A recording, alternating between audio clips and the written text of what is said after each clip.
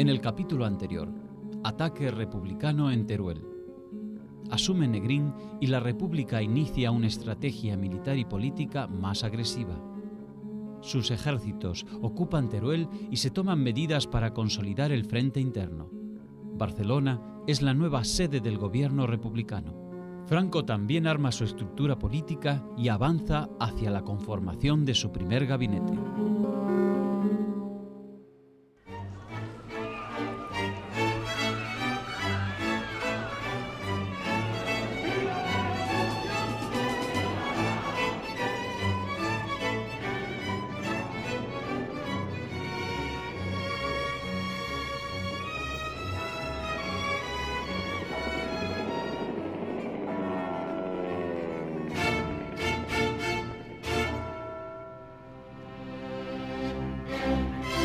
Una sociedad en guerra.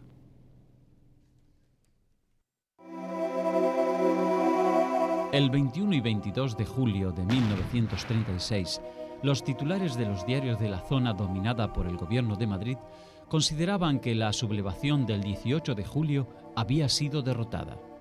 El hecho de que la rebelión no hubiera podido hacer pie en las regiones más prósperas y adelantadas de España era una de las causas de ese optimismo. Se pensaba que todo terminaría rápido con la ratificación de los ideales republicanos y un mayor apoyo al gobierno del Frente Popular. La realidad fue otra. Los partidarios del alzamiento no habían triunfado, pero estaban avanzando y ocupaban más territorio.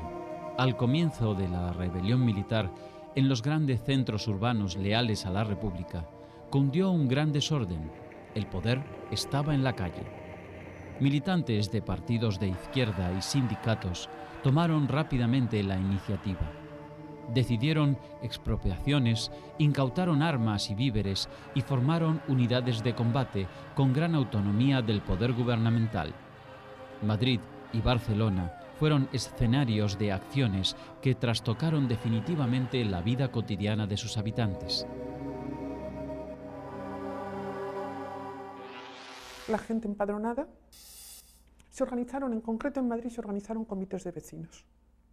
Los comités de vecinos, por regla general, estuvieron muy ligados a partidos y sindicatos, igual que lo habían estado las milicias. Pensar que la milicia de Artes Blancas, que a mí me parece un nombre precioso, es la milicia de los panaderos, porque el sindicato de panadería se llama de Artes Blancas. Pues bien, las comunidades de vecinos se organizan comités de vecinos que se preocupan, por un lado, de controlar la seguridad del edificio. También que las puertas no se cierren a una hora determinada, porque hay toque de queda, que no salga gente, que no se suba a los tejados, porque evidentemente desde los tejados se pueden hacer señales a los aviones enemigos, porque en Madrid y en toda España hubo lo que se denominó la quinta columna, es decir, los, espías y fuerzas o partisanos, si queremos, del grupo contrario. En la capital catalana, el 20 de julio, se constituyó el Comité de Milicias Antifascistas de fuerte mayoría anarquista, con el que tuvo que compartir decisiones el gobierno de la Generalitat. En la zona controlada por la República, el abastecimiento de alimentos para la población civil constituyó un drama permanente. Había creciente escasez de productos de primera necesidad, la distribución era precaria y los precios subieron en forma desorbitada. Con el tiempo, se sumaron el acaparamiento de víveres, la especulación y el mercado negro, hasta bordear la tragedia. Al principio, los partidos y sindicatos distribuyeron vales para ser canjeados por alimentos en tiendas y comercios. A partir de la población que había en cada edificio, nueva o evacuada y refugiada en este edificio, se repartieron las cartillas de racionamiento y entonces se decía, por ejemplo, carne, pues va a haber carne en tales comercios. La población estaba avisada y hacía colas. Naturalmente, pues no todos los que hicieron cola llegaron a tiempo de la carne, porque tampoco hubo carne para toda la gente que había asignada. con lo cual fue frecuente que los distintos miembros de las familias se repartieran por distintas colas. La falta de víveres fue un fenómeno generalizado y afectó más a las ciudades que a los pueblos. Resultó particularmente duro en algunas regiones, como el hambre que asoló Madrid. El pan comenzó a faltar de forma alarmante a comienzos de 1937 y en marzo se implantó una distribución estricta de 50 a 150 gramos por persona en Madrid y Barcelona. El resto de los productos, arroz, legumbres y hortalizas, escaseó a fines de 1936, se agravó al año siguiente y se extremó en 1938. A partir de marzo de 1937, el racionamiento se extendió a todo el territorio republicano y se impuso el sistema de cartillas de racionamiento. Algunos productos básicos, como la leche, solo podían ser obtenidos con una receta médica. En casa he oído hablar siempre de la merluza a la evacuada. Ahora ya sé cómo se hace. Se hacía cociendo desperdicios de pescado. He oído tanto de bacalao como de cualquier tipo de pescado, cabezas, raspas, lo que fuera, desperdicios del pescado. Y con ese agua se amasaba con harina, se le daba la forma de trozos de pescado y se freía. Eso era la merluza a la evacuada. Es decir, tengo también recogidos alguna documentación en que se pide a los médicos que no receten leche porque no hay leche que repartir. Entonces, bueno, la vida fue durísima. En términos generales y para la mayoría de la población la vida fue durísima. Las autoridades marcaban todos los días las cantidades que correspondían a cada persona. Los comerciantes estaban obligados a servir 100 gramos de garbanzos o de lentejas, o 175 gramos de arroz, o 150 de judías, o 250 gramos de patatas, más 500 gramos de frutas y verduras y 100 de aceites y grasas. En 1938, estas variedades se limitaron a lentejas, arroz y aceite. La Junta de Defensa de Madrid informó en febrero de 1937 que la capital necesitaba como mínimo un ingreso de 2.000 toneladas de alimentos por día, pero solo entraban 518 toneladas. Las autoridades fueron incapaces de frenar el almacenamiento ilegal y la subida de los precios. Con el tiempo, se incrementaron las largas filas de personas ante las puertas de los comercios en las grandes ciudades a toda hora. Una de las cosas que, según mi conocimiento, se desarrolló muchísimo en Madrid fue el trueque. En la zona de la calle de Torrijos, hoy Conde de Peñalver, se organizó un sistema de mercado en el que se cambiaba de todo. Y evidentemente, bueno, pues este fue el sistema. Luego hubo también algún tipo de remesas internacionales, hubo leche que enviaban grupos, sobre todo cuáqueros norteamericanos, hubo también envíos de leche por parte de Suiza y la Unión Soviética mandó también alimentos, sobre todo carne en lata. Si leemos las memorias de la gente de la época, si repasamos la prensa, yo en algún momento he publicado una receta que dice cómo hacer mayonesa sin huevo. En la zona nacional, la situación fue otra y sirvió de base para la propaganda política de los sublevados. Tuvieron dos ventajas iniciales: ocuparon las regiones productoras de alimentos y, segundo, no debían abastecer a grandes urbes que absorbieran los principales recursos alimenticios. Por su propia concepción, imponían una organización muy rígida que marcaba como prioridad absoluta la alimentación de las tropas y un estricto control de precios. La propaganda franquista mostraba imágenes de abundancia en la zona nacional, en contraste con el desabastecimiento y carestía en las ciudades no sometidas.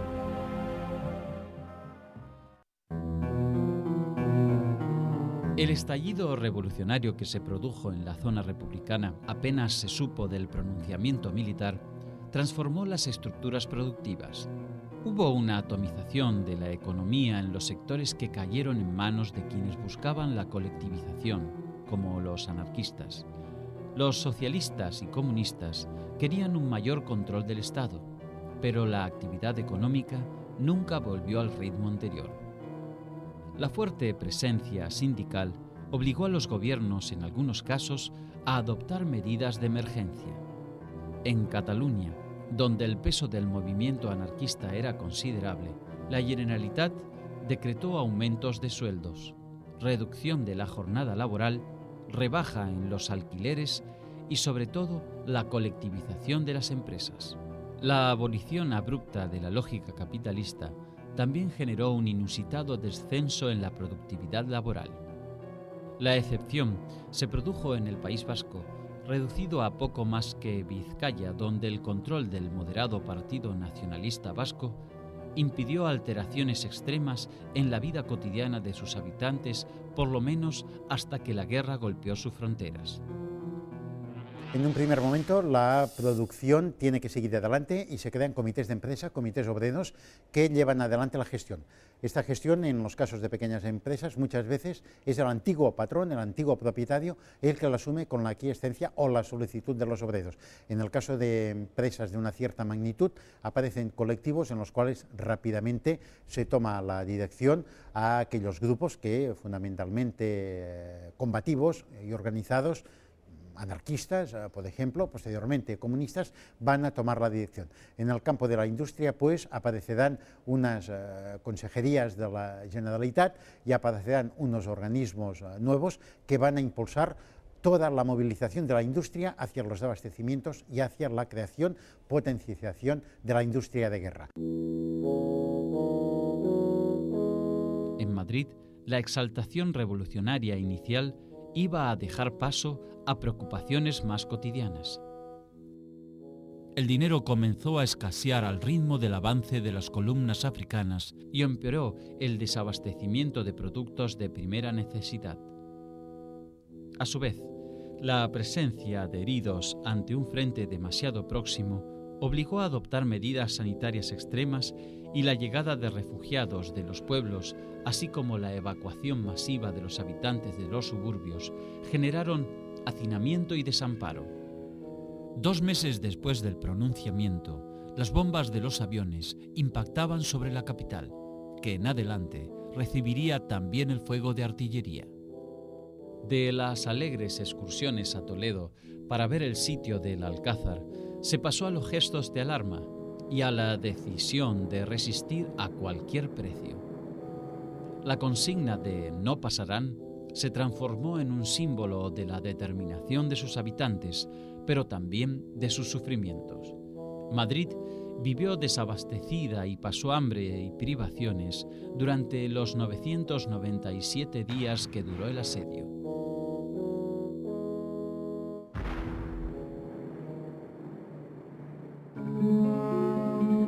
El alzamiento militar dividió a España, pero esa fractura no fue simétrica desde el punto de vista económico.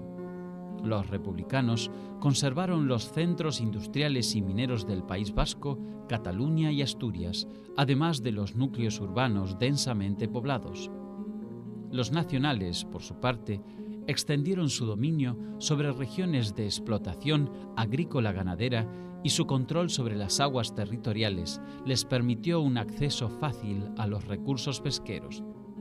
Los republicanos tuvieron fuertes descalabros económicos con la colectivización de tierras en Aragón y Valencia, mientras que el avance rebelde implicaba, en las provincias conquistadas, una rápida vuelta a los sistemas de explotación previos a la guerra.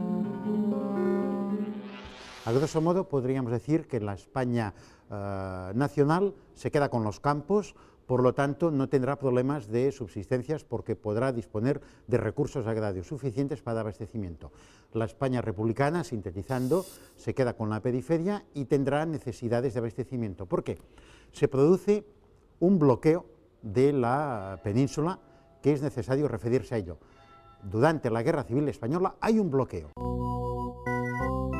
El estallido del conflicto produjo en los dos bandos problemas similares en la producción de elementos bélicos. España no tenía una industria de guerra significativa en 1936 y sus pertrechos eran limitados. Los republicanos reconvirtieron rápidamente su potencial industrial para adaptarlo al abastecimiento militar, pero la pérdida del norte a fines de 1937 los privó de una fuente decisiva de materias primas como acero y carbón. Los franquistas compensaron sus carencias con el extraordinario aporte de Alemania e Italia, mientras que la República, perjudicada por la neutralidad anglo-francesa y norteamericana, pudo resistir mientras la Rusia soviética aprovisionó a sus ejércitos. El suministro de hidrocarburos, un elemento vital en la guerra moderna, también favoreció a los franquistas. Desde el primer momento, la empresa estadounidense Texaco abasteció al bando nacional sin límites, mientras que los republicanos tuvieron que contentarse con el flujo irregular de petróleo soviético. La frontera es cerrada, flotas de submarinos impiden la circulación de bajeles y el Comité de No Intervención dificulta el suministro no solo de armas, sino el suministro de productos de todo tipo. Por lo cual hay una carencia de productos básicos en relación con el mundo urbano. El mundo urbano republicano va a padecer de un modo constante las limitaciones producidas por este bloqueo. Esta situación de falta de recursos va a ser una de las primeras novedades con que va a chocar una vez se hayan desabastecido las centrales y los recursos con los que se cuenta, va a significar una de las primeras características de la guerra civil. En 1936, la República cumplió 5 años. El gobierno había sido ocupado por políticos de centro-izquierda y de centro-derecha. Pero en vez de cosechar equilibrios y compensaciones sociales, la situación general se tornó gravísima. Las estructuras sociales que rigieron durante décadas de monarquía habían perdido vigencia, pero no habían sido reemplazadas por instituciones nuevas que tuvieran reconocimiento mayoritario de la población. Años después, el republicano Manuel Azaña declararía: las reformas del primer gobierno satisfacían a los burgueses liberales, interesaban poco a los proletarios y enemistaban a la burguesía conservadora con la República. El origen de la guerra civil fue la discordia interna de la clase media y en general de la burguesía. Aludía a causas sociales y religiosas que provocaron la fractura de las clases medias e impidieron el triunfo del proyecto de democracia parlamentaria. A mediados de los años 30, todos los sectores sociales estaban fragmentados y cada uno veía los acontecimientos políticos desde una perspectiva ideológica excluyente. Los anarcosindicalistas creyeron que la rebelión franquista era un hecho venturoso porque pondría en evidencia que era imposible resolver los conflictos sociales sin eliminar a la burguesía y a todo tipo de gobierno. Los socialistas y comunistas advirtieron que debían ceder parte de su sueño revolucionario para impedir el triunfo del movimiento militar si aspiraban a vivir con algo de democracia.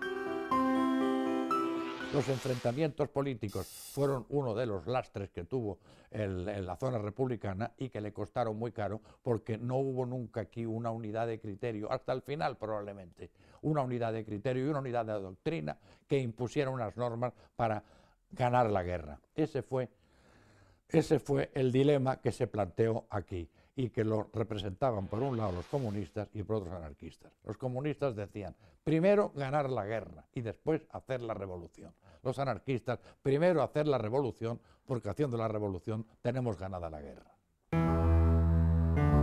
El dirigente de la Revolución Rusa, León Trotsky, con su habitual estilo contundente, escribió una semana después del pronunciamiento militar: el Frente Popular creó las condiciones favorables para la victoria del fascismo, al adormecer a obreros y campesinos con ilusiones parlamentarias, paralizando su voluntad política. La política de alianzas con la burguesía va a costarle caro a la clase obrera. Años de sufrimientos, de sacrificios, sino décadas de terror fascista. La Guerra Civil Española fue bastante más que un gran enfrentamiento entre clases sociales. La realidad mostró que la fractura era mucho más compleja que un mero choque frontal entre burguesía y proletariado. No había un bipartidismo definido al comienzo del conflicto. La polarización fue una consecuencia del enfrentamiento bélico. Dentro de cada uno de los bandos se registraron duros choques aún después de que hubiera comenzado la guerra. Este fraccionamiento político y social afectó sobre todo al sector republicano. En el lado republicano, las milicias están formadas fundamentalmente de personas, ¿no? Normalmente son trabajadores del campo de la ciudad, jornaleros, trabajadores, obreros, y por adscripción política, y después sectores de clases medias. Con una salvedad, ¿no? En Cataluña y en el País Vasco hay sectores republicanos de gente acomodada que son republicanos. Esto también en algunas zonas de Valencia, algún núcleo de Madrid, pero en otras zonas de España es más raro encontrar esto, ¿no? Y después la mayoría de milicianos son gente que forman parte en Cataluña de la CNT-FAI, como sector mayoritario, como grupo anarquista, y en el resto de España mayoritariamente son opciones más alrededor de extracciones de sindicatos socialistas, que con el paso de la guerra el predominio casi poco a poco va siendo comunista. Las milicias expresaron la mística y la ideología de cada bando con una fuerza y pasión desbordantes. Una proporción significativa de las fuerzas armadas de cada sector estaba integrada por voluntarios. Las movilizaciones fueron particularmente importantes entre los seguidores de la República.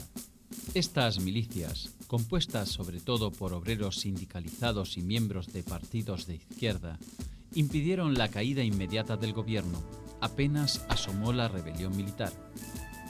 En el bando derechista, una parte sustancial de las tropas de asalto estuvo compuesta por militantes de la Falange y del carlismo. Hubo también fuerzas populares que luchaban por el franquismo, sobre todo, digamos, en la parte de lo que podríamos decir la Vega del Duero y en la parte de Navarra, que son gente carlistas, de gente de producción carlista, y además muchos de ellos procedentes del pueblo, gente normal y corriente, ¿no? Después, en zonas que fueron ya dominadas desde el principio de la guerra por los franquistas, gente que fueron, bajo autoridad militar, fueron llamados a filas, por ejemplo, toda la parte de Galicia, que fue desde el principio, o las zonas de Aragón en manos rebeldes, en manos franquistas, ¿no? Es decir, hubo pequeños lugares donde el franquismo fue también un fenómeno, donde sectores de la población popular se añadió. La mayoría de ellos, de los sectores franquistas, son sectores bienestantes, son sectores económicamente que quieren mantener la sociedad de privilegios. Y después sectores que, en razón de su adhesión o sus creencias religiosas, se adhieren al franquismo. En líneas generales, los grupos sociales urbanos, el proletariado industrial, la burguesía mediana y pequeña y las profesiones liberales estuvieron junto a la República. De ahí que las principales ciudades fueran leales al gobierno hasta su conquista por la fuerza militar franquista. El proletariado de las ciudades fue el eje y el centro indiscutido de la defensa de la República, pero adolecía de una profunda división en su propio seno. Un grupo importante, el anarquista, rechazaba el Estado liberal, centralista y parlamentario y abogaba por la implantación directa del colectivismo social. Otro sector, expresado por el socialismo y el comunismo, pasó pronto de los enunciados revolucionarios a consignas más atractivas para los pequeños productores y las clases medias. En cambio, el mundo agrario quedó fracturado por el problema de la propiedad de la tierra. De un lado, los dueños, y del otro, el campesinado sin posesiones.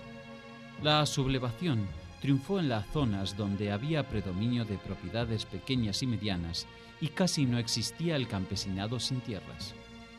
Así ocurrió en Galicia, Navarra, Castilla-León y la mayor parte de Aragón.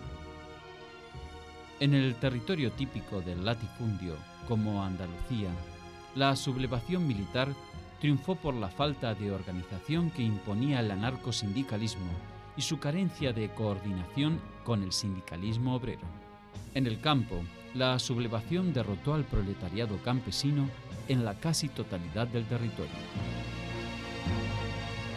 La crisis que desembocó en el golpe de Estado y en la guerra civil venía arrastrada por que naturalmente existían de España dos conceptos. Un concepto que era el concepto de tener un régimen que fuera un régimen progresista y que llevase a cabo una serie de reformas casi revolucionarias que situasen a España un poco a nivel de lo que era el siglo XX y mejorasen las clases sociales más desfavorecidas que realmente estaban en una situación muy precaria, con el empleo muy inseguro, sobre todo con el campo, donde se pedía una reforma agraria urgente, y en cambio la otra idea era la de una España conservadora, tradicional, que podía admitir algunas rectificaciones en pro de las clases más desfavorecidas.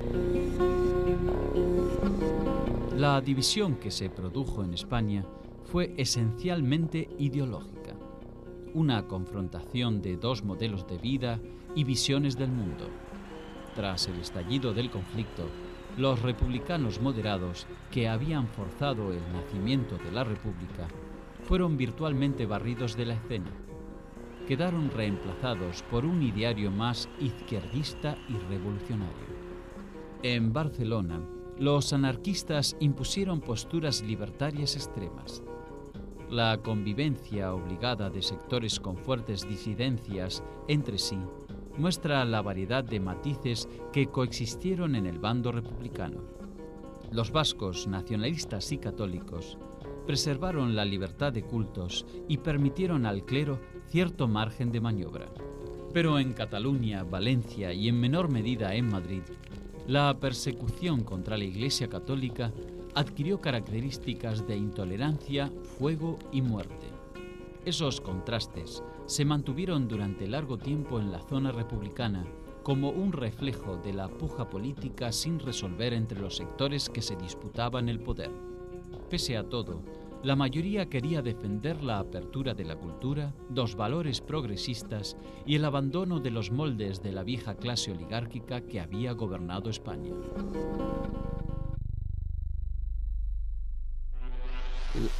La condición de pobre en España era una condición admitida. A los pobres se les iba a dar algo, ¿verdad? Porque se reconocía que según la estructura social de un liberalismo económico, pues había una clase que era una clase pobre y que había que de cuando en cuando darle algunos donativos.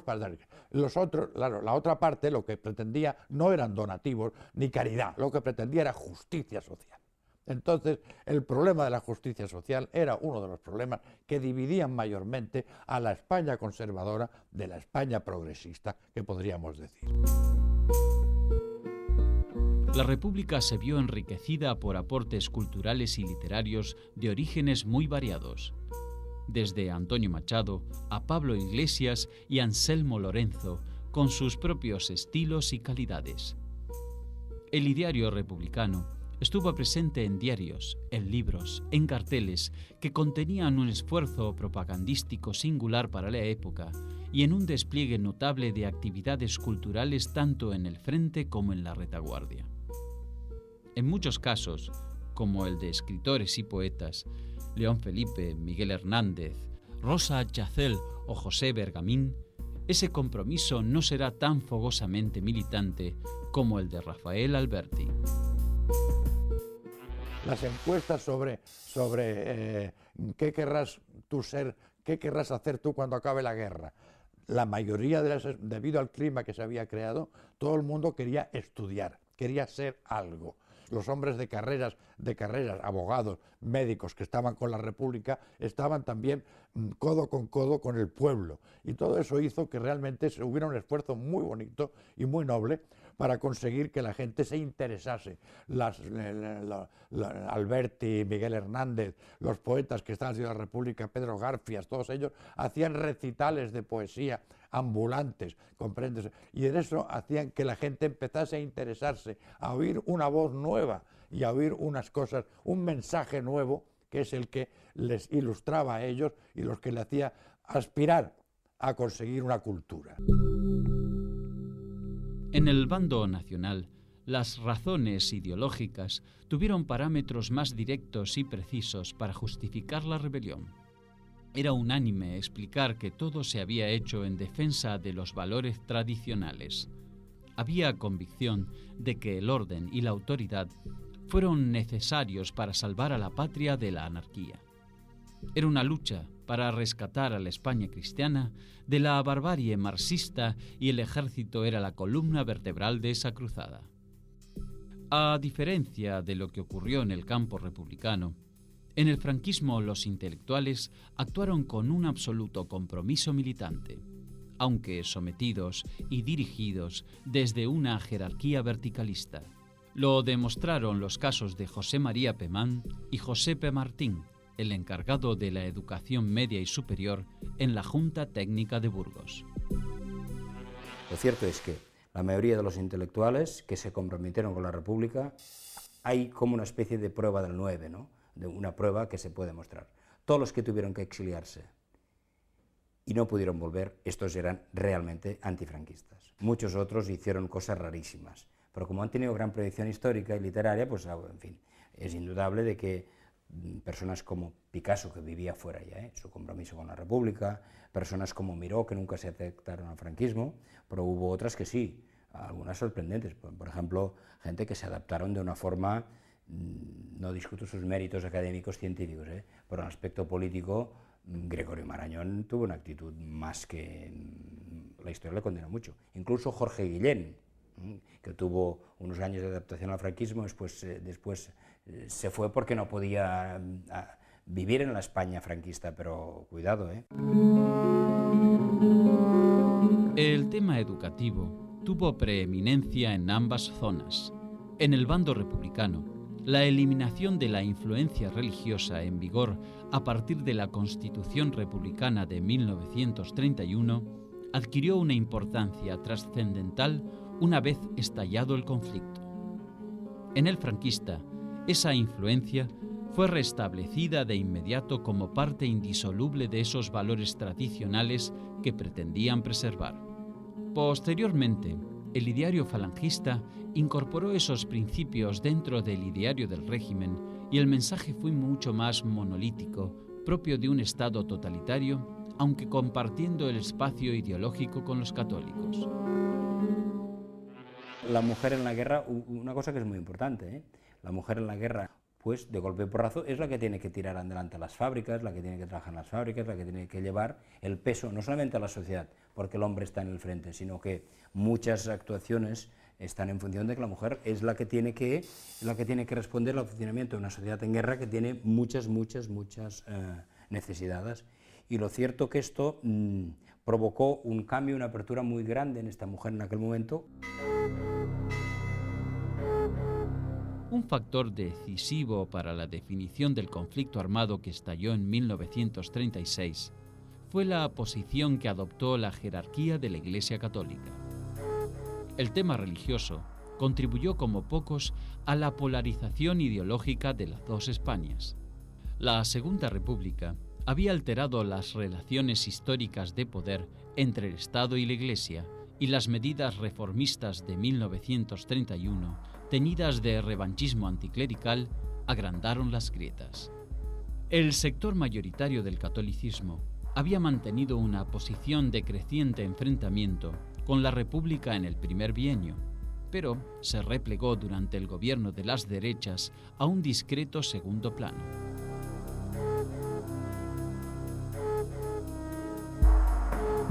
En 1936, en vísperas de las elecciones, jugó sus cartas a favor de la Confederación Española de Derechas Autónomas, CEDA, y el estallido de la guerra la encontró más proclive a justificar el alzamiento que a intentar fórmulas de paz entre los dos bandos.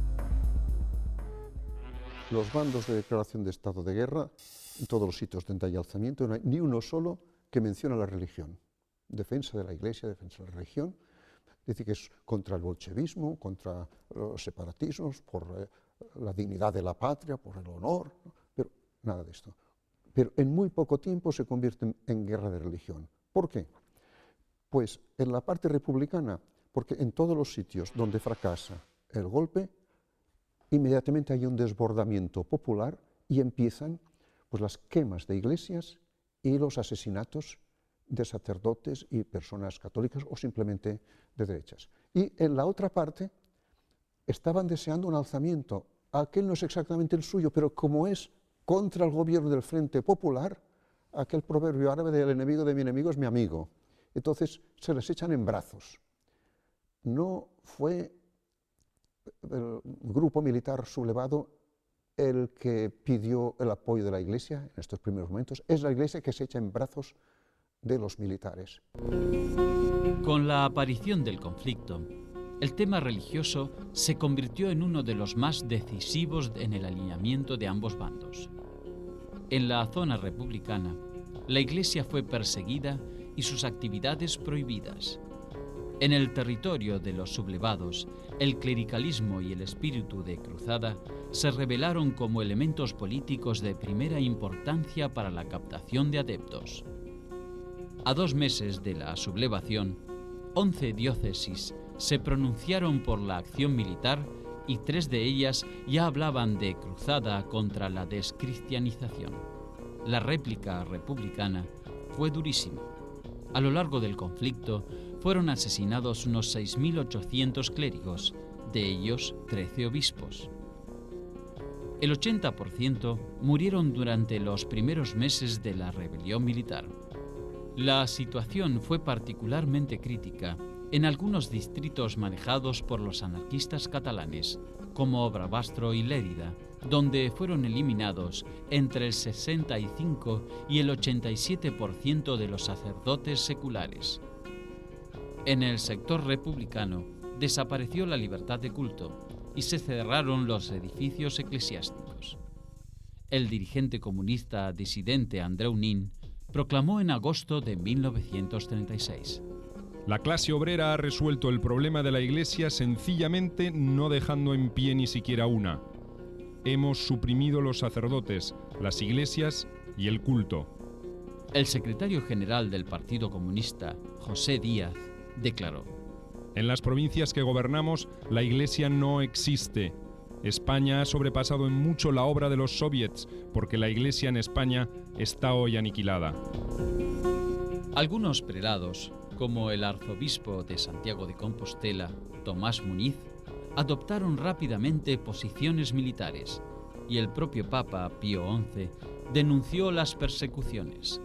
El arzobispo de Toledo y primado de España, cardenal Isidro Gomá, informó al Vaticano: El enfrentamiento es entre la religión y el ateísmo, la civilización cristiana y la barbarie.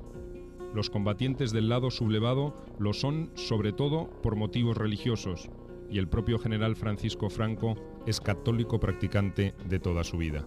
El cardenal Eustaquio Ilundain de Sevilla sostenía que en España se luchaba contra las fuerzas mancomunadas del Averno. Para el prelado de Salamanca, Enrique Play de Niel, se trataba de una lucha apocalíptica entre la Babilonia terrenal y la Jerusalén celestial. Esa actitud batalladora también se iba a expresar en la carta colectiva del 1 de julio de 1937, en la que 43 obispos, encabezados por el cardenal Gomá, fijaron una posición de claro apoyo al franquismo. Muchos obispos habían escrito ya pastorales en favor de la cruzada, con la palabra cruzada explícita. A partir del discurso de Pío XI del 14 de septiembre del 36, empiezan a publicar pastorales y, como conocen la versión mutilada de aquel discurso, creen que Pío XI ha bendecido el alzamiento y ellos lo bendicen también. Se utiliza generosamente la palabra cruzada.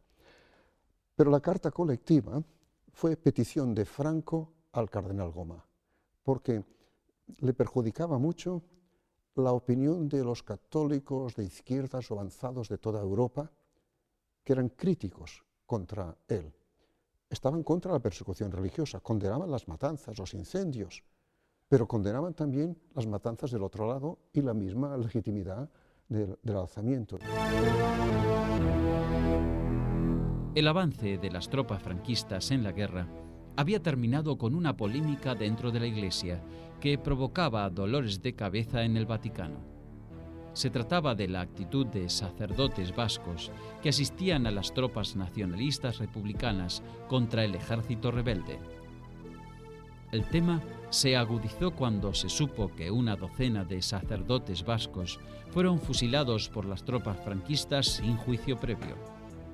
La discusión finalmente se olvidó cuando los vascos fueron vencidos. Franco atribuyó la acción a un subordinado que había actuado incorrectamente y lo retiró del mando. La Iglesia oficial consideraba que los sacerdotes vascos habían cometido un delito al colaborar con el gobierno republicano. Solo un obispo, el cardenal Francisco Vidal y Barraquer, estuvo próximo a posiciones democráticas, pero pasó virtualmente desapercibido frente a la mayoritaria adhesión al alzamiento. Un sector minoritario de laicos católicos siguió militando en la República, entre otros el ministro vasco Manuel de Irujo, quien participó de los gabinetes que encabezaron los socialistas Francisco Largo Caballero y Juan Negrín.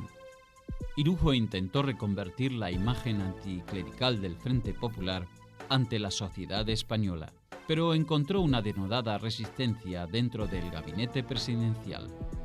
En un discurso ante las Cortes, dijo en septiembre de 1938: Yo, que además de liberal y demócrata, soy ferviente religioso, soy cristiano y católico, siento tener que decir al gobierno de la República que ya es tiempo de que los cristianos podamos tener una iglesia abierta.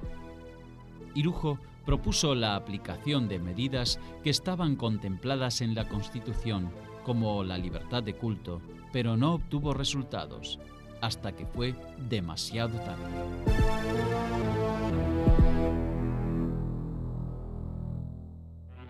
La actitud de Pío XI ante la persecución religiosa en la zona republicana y también la persecución de los católicos vascos contrarios al alzamiento, pues es la misma, de condena de estas muertes. En el caso de la zona republicana, ya en el Observatorio Romano habían salido algunos artículos denunciándola. Los relatos de los prófugos tienen en Roma una gran caja de resonancia. Yo lo compararía con lo que pasó con la Revolución Francesa. Los aristócratas o los obispos emigrados al otro lado del Rin o a Inglaterra actúan de caja de resonancia del terror revolucionario, ¿no? Pero cuando después haya el terror contrarrevolucionario, la represión de la Comuna, etcétera, que fueron muchos más, no habrá la misma resonancia. Entonces, es duro decirlo, pero los muertos no abultan igual. Un obispo, un empresario hacen más bulto que un obrero, que un campesino. La sociedad española mostró que estaba profundamente desgarrada cuando estalló el alzamiento militar de 1936. Las hondas fracturas que recorrían el cuerpo social de España de los años 30 le agregaron aún más dolor a los trágicos enfrentamientos políticos que se desataron en julio de 1936. La economía, la cultura, la religión, todos querían aportar a la supremacía de su sector y a la eliminación del contrario. Pocas voces pacificadoras se escucharon por aquellos días.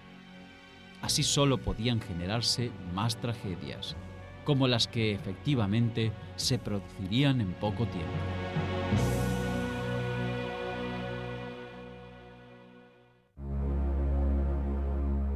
En el próximo capítulo, de la Alfambra al Ebro, los nacionales recuperan Teruel y aíslan a Cataluña del resto del territorio de la República. La guerra entra en su etapa decisiva. La batalla del Ebro, la más sangrienta del conflicto, agota la capacidad militar de los republicanos y el Pacto de Múnich termina con las esperanzas de un inminente enfrentamiento europeo.